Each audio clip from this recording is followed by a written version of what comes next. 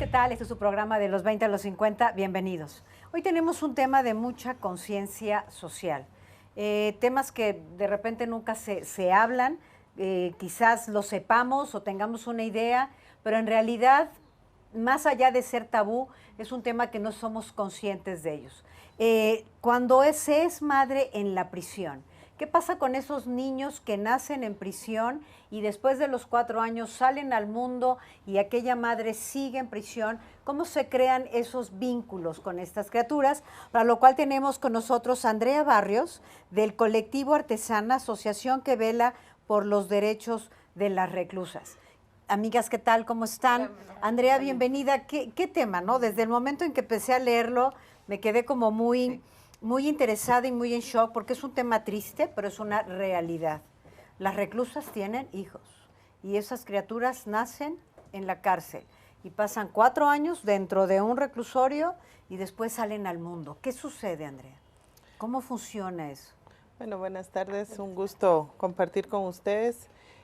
Bueno, en el caso de Guatemala, efectivamente la ley establece que los hijos e hijas de las mujeres que están privadas de libertad pueden estar de los 0 a los 4 años con ellas. Nosotras tenemos un cálculo aproximado que tanto hijos de mujeres como de hombres a nivel de América Latina, estamos hablando de un promedio de 2 millones de niños y niñas que tienen a uno o a sus 2 referentes familiares privados de libertad. Bastante En el alto. caso de Guatemala es un promedio de 35,000 niños y niñas en total.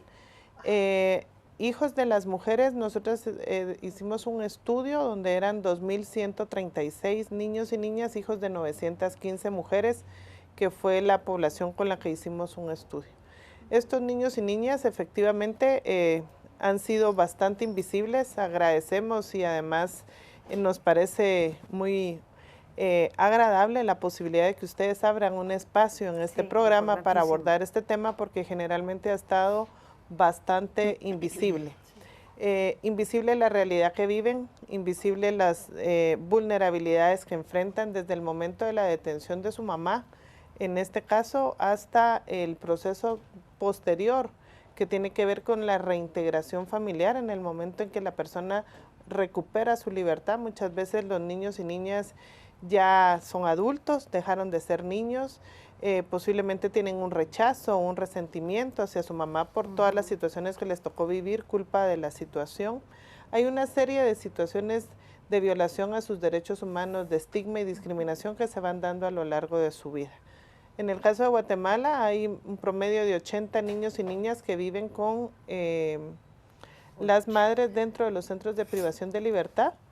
Sin embargo, son aproximadamente 500 niños y niñas que están en la edad entre 0 y 4 años, que el sistema penitenciario debiese tener el espacio para albergar a estas mujeres con sus hijos e hijas. Claro, pero las condiciones, ¿cómo son? Sí, y yo quisiera saber también, por ejemplo, si los niños no tienen a ninguna tía o ninguna abuelita o alguien que los acoja cuando salen a los 4 años y sus madres o padres siguen en la cárcel, ¿verdad? ¿Qué hacen con esos niños? ¿A dónde van? ¿Qué pasa con ellos? Bueno, aquí nosotros hemos trabajado mucho con la Procuraduría General de la Nación para poder tener una forma de atenderlos que es a través de la familia ampliada, donde puede ser una persona cercana a la madre, el padrino, la madrina, el vecino, que pueden hacerse cargo más allá de la familia nuclear como tal o consanguínea. Es empezar a trabajar de acuerdo a lo que establecen los estándares internacionales, donde la institucionalización debe ser el último recurso, entonces agotar otras vías. Okay. Sin embargo, si no se da, si no, realmente las mujeres extranjeras sufren mucho eso, porque muchas de ellas vienen embarazadas, son detenidas, tienen a sus hijos e hijas y después no tienen cómo sacarlo del país, ¿verdad? Porque han perdido el contacto o su vínculo familiar en el país de origen. Entonces, pues los niños y niñas tienen que llegar a una institución, que es un juez quien determina cuál es la institución, si es privada o es pública, y ahí el trabajo de nuestra organización es garantizar que por lo menos se dé la visita del niño o niña para que no se pierda el vínculo con la madre. Si una reclusa entra embarazada a la cárcel, ¿quién paga el parto o cómo se da esta situación y los cuidados y todas estas cosas? Los pañales. Ajá. ¿Cuáles son las condiciones Sí, en general a la hora del parto y de Porque la no solo lactancia? es el parto es lo fácil, se podría decir entre comillas, ¿verdad? Pues entre Dependiendo. comillas, ¿verdad? O sea, entre comillas, por eso te digo, entre comillas. Pero lo que sigue, que son pañales, leche, consultas con el pediatra, vacunas, todo esto, ¿cómo se va dando? Bueno, yo lo puedo dividir en dos momentos. Uno el actual y el otro el que está por iniciarse. El actual es que esta situación es responsabilidad absoluta de la madre. El sistema penitenciario no provee ningún apoyo hacia la mujer que está privada de libertad embarazada, no hay ningún tipo de atención. Además, las instituciones responsables de la protección de la niñez también han sido bastante ausentes en esta realidad y por lo tanto las mujeres son trasladadas a los hospitales públicos, por lo tanto pues el parto no tiene ningún costo, pero todo lo demás en cuanto a ropa, alimentación y todos los requerimientos del bebé o la bebé, pues sí corren por cuenta de la madre, incluso la alimentación de los niños y niñas hasta los 4 años es una responsabilidad de la madre. Han habido casos terribles como el bebé que falleció el año pasado, producto de que la madre lo que le daba era agua de tortilla, de la tortilla que le daban a ella en su comida. Entonces esa tortilla ella la remojaba en agua y con eso alimentaba a su bebé y lamentablemente el bebé fallece por desnutrición crónica. Casos como ese nos han motivado a nosotras a implementar acciones, que es lo que les digo que está a punto de suceder porque ya hay un acuerdo ministerial en el cual nosotras estamos trabajando con las instituciones en su conjunto y que está ya como normativa nacional porque es un acuerdo ministerial en donde estos niños y niñas van a ser cuidados en guarderías cercanas a los centros de privación de libertad de 8 de la mañana a 5 de la tarde y por lo tanto van a recibir 3 tiempos de comida en esa guardería fuera del centro para que tengan el contacto con el mundo exterior, para que puedan ser atendidos como corresponde y obligar tanto a la SOSEP como a la Secretaría de Bienestar Social a desarrollar esos cuidados. Eso salió publicado el 15 de enero de este año y por lo tanto estamos ahorita en el proceso de nuevas autoridades. Sí, exactamente. ¿Cómo se puede hacer como personas individuales si queremos, digamos, apoyar esta iniciativa, estos cambios? ¿Cómo podemos apoyar, digamos, los que nos están viendo ahorita en la televisión y que quieren, persona individual, cualquiera, qué podemos hacer? Bueno, nosotros hemos recibido mucho apoyo de gente que se ha interesado en el tema de los niños y las niñas. Hemos hecho jornadas, actividades en los centros. Generalmente ahí vinculamos a los hijos de las mujeres que viven fuera de los centros, que son la mayoría, para que también reciban el beneficio del apoyo y no limitarlo solo a los hijos que están dentro con sus madres. Sí, pues. Creo que una buena forma de hacerlo es vincularse a través nuestro, que somos una organización que trabajamos en este tema, que ya podrán aparecer en la pantalla en algún momento los datos de nuestra organización, el número de teléfono, un correo electrónico que podamos facilitar para que se pongan en contacto. De otra manera lo pueden hacer vinculándose directamente al área de rehabilitación social del sistema penitenciario. Si como grupo o como entidad quieren hacerlo de manera directa con el sistema, pues hay una unidad de trabajo social que es quien atiende este tipo de... sí, pero creo que hacerlo a través de nuestra organización también es viable. Como tú lo habías dicho antes, hay mujeres que no solo tienen ese hijo que se está teniendo en la cárcel, sino hay niños también fuera. Si esta mujer entra por la razón que sea a una cárcel, el niño que está fuera, si es menos de 4 años, ¿puede entrar con ella o ese niño ya no, solo los que nacen en la cárcel? Efectivamente puede entrar ese niño o niña siempre y cuando esté en el margen de la edad establecida y no debiese requerir ningún trámite más que presentar la certificación de nacimiento. Sin embargo, hemos encontrado algunos casos en los que se ha complicado un poquito porque los jueces, abusando de la autoridad que tienen, han determinado ciertas situaciones de ese tipo. Obviamente, si el delito está asociado el delito por el cual está detenida la mujer está asociado al maltrato hacia su hijo o hija, por supuesto que no, pero de ahí, por lo demás, no debiese significar ningún trámite más que presentar la solicitud la madre y la certificación de nacimiento para que su hijo pueda ingresar a vivir con él. Ahora, perfecto. ¿cuáles son las condiciones en las que viven? Que me imagino que no son condiciones ni muy salubres ni muy agradables. Las óptimas. Y con estos niños, ya sea el que traes de afuera o el que nace ahí, ¿y cómo sucede la lactancia? O sea, ¿cómo viven estas mujeres la lactancia? ¿En qué condiciones? Bueno, Santa Teresa y COF, que son los dos centros que están aquí en la ciudad capital, tienen áreas específicas para las mujeres que viven con sus hijos o que están embarazadas. Incluso ahora en el Centro de Cumplimiento de Condena, que es el COF, que es el que está en Fray Janes, está siendo reconstruido el área maternal con un apoyo internacional a través de la Comunidad Europea, me parece, que es quien está reconstruyendo ese edificio para que tenga mejores condiciones para las mujeres que viven con sus hijos e hijas. En los demás centros, bueno, en estos centros ha habido hacinamiento, por supuesto, en malas condiciones, hay falta de recursos como el agua, como la alimentación especial para los niños y niñas. Los niños y las niñas duermen en la misma cama que la mamá. En el caso de Santa Teresa son literas, entonces es siempre un riesgo el que duerme en el segundo nivel con la mamá. Hay animales, o sea, no hay condiciones saludables ni higiénicas realmente adecuadas para los niños y niñas. En el caso de los departamentos hay pues un problema mayor porque no hay áreas específicas, sino que donde viven las mujeres, ahí viven las mujeres que tienen a sus hijos e hijas dentro del mismo centro porque no hay condiciones. Y en los casos terribles como el de Puerto Barrios, que es un centro mixto, donde hay 750 hombres, 43 mujeres y una niña.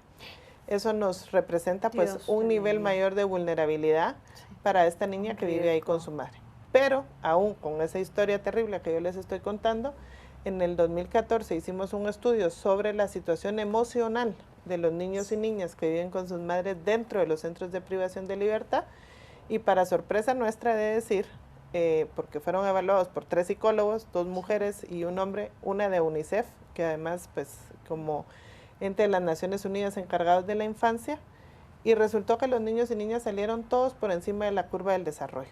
Pues, Ay, qué bueno. Me Qué alegro. bárbaro. Pues una cosa buena de todo esto, ¿verdad? Es que eso es lo Creo que el importante, apego sí. con la mamá Exactamente. es lo que ayuda al desarrollo óptimo de un niño, ¿verdad? Que es el Exactamente. primer apego real que tienen. Eso es lo claro. ¿verdad? Y que es una Sí. oportunidad, aunque sea en esas condiciones, de vivir con la madre. Cuando volvamos nos gustaría platicar acerca de qué pasa con ese vínculo una vez que los niños salen del reclusorio y la madre sigue. Volvemos, amigos.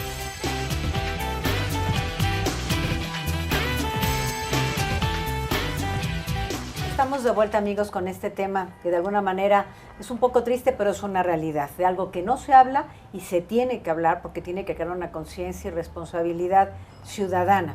Hablábamos hace un momento de qué pasa con estos niños una vez que salen del reclusorio, pero tú tenías un caso de una chiquita que nos gustaría que compartieras con nosotros.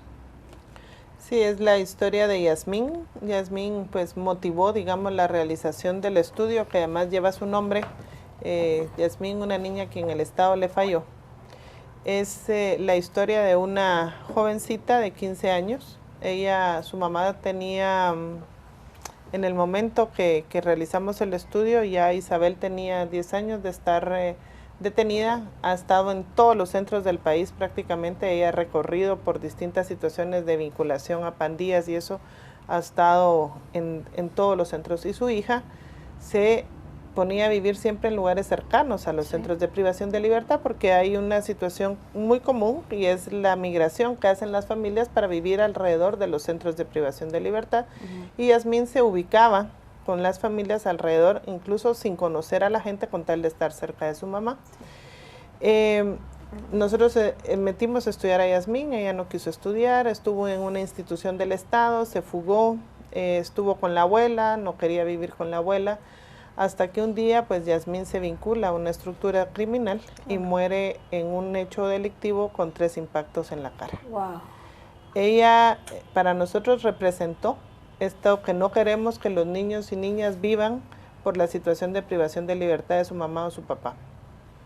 Ella representa la lucha que nosotros hacemos día con día para trabajar en materia de protección de derechos humanos de los niños y niñas que tienen a sus familiares privados de libertad, porque finalmente, y por eso lo decimos así, es el Estado quien les falla, porque no hay programas de atención especializados, no hay ningún tipo de apoyo hacia estos niños y niñas que de alguna manera viven una situación de discriminación y de estigma que de acuerdo al estudio que lleva el nombre de Yasmín, el 89% se da en los espacios escolares, Claro. donde violentan los derechos humanos de estos niños y niñas porque les hacen ver que, como además los medios se encargan de decir qué personas fueron detenidas, entonces claro. Hay un Que tema son de distintos. rechazo, Sí, un hay bullying un tema de para rechazo ellos incluso tremendo. de imposibilidad de seguir o continuar con el estudio. Bien. Yo quisiera saber también si existe algún proceso de reconciliación o de reintegración de las madres con los hijos luego de que las madres salen. Yo sé que tal vez esto sea un poco difícil porque es algo muy personal, pero podría ser algo positivo, ¿verdad? Que exista un momento en el que los hijos, al ver salir a sus madres, tengan esa oportunidad de tener un espacio más íntimo. Sí, desgraciadamente la experiencia a mí me dice que lo que se da es un rechazo, ¿verdad? Nosotros, incluso yo estuve en Washington en una audiencia donde un joven uruguayo, plantea su testimonio y lo que decía Facundo, que es el nombre del joven, es que él no soportaba vivir con su papá. Él no podía vivir con su padre porque estuvo tan ausente que después como regresa a decirle, no puedes salir, te tenés que vestir de tal manera, sentate, vamos a comer, te voy a hacer la comida. Entonces resulta que todo lo que los niños y niñas tienen que desarrollar en función de su propia autonomía, de la sobrevivencia misma, de repente se les anula y los quieren volver otra vez los niños y niñas que eran en el momento Que de la los detención. dejaron. Sí, pues. Por lo tanto, sí debe existir un programa de acompañamiento, por Claro. eso nosotros estamos tratando que a través de la implementación de este acuerdo ministerial, pues podamos trabajar también en esa fase, pero si no estamos trabajando ni siquiera el momento de la detención en este momento, mucho menos el país va a estar ya pues desarrollando este tipo de estrategias. Sí. Pero es el reto que tenemos, es la responsabilidad que tenemos en crear condiciones adecuadas para la visita, para que los niños y niñas puedan ingresar de manera sana, segura a los centros. Y también, sí, yo Sí. en eso que estaba tocando me llama mucho la atención, las personas que están recluidas y privadas de libertad muchas veces también no tienen la capacidad, los recursos, digamos, para dar este alimento a los hijos en los primeros años de vida, que es tan importante, no les alcanza para la leche, muy caro, etcétera. Y creo que hay un recurso que es muy importante en las que también se podría dar un apoyo, el hecho, lo decía Melba, de apoyar la lactancia en las mamás, que es un alimento seguro, que es, digamos, no está el riesgo de mezclar el agua con la pacha, que está contaminado, que no se lavó bien.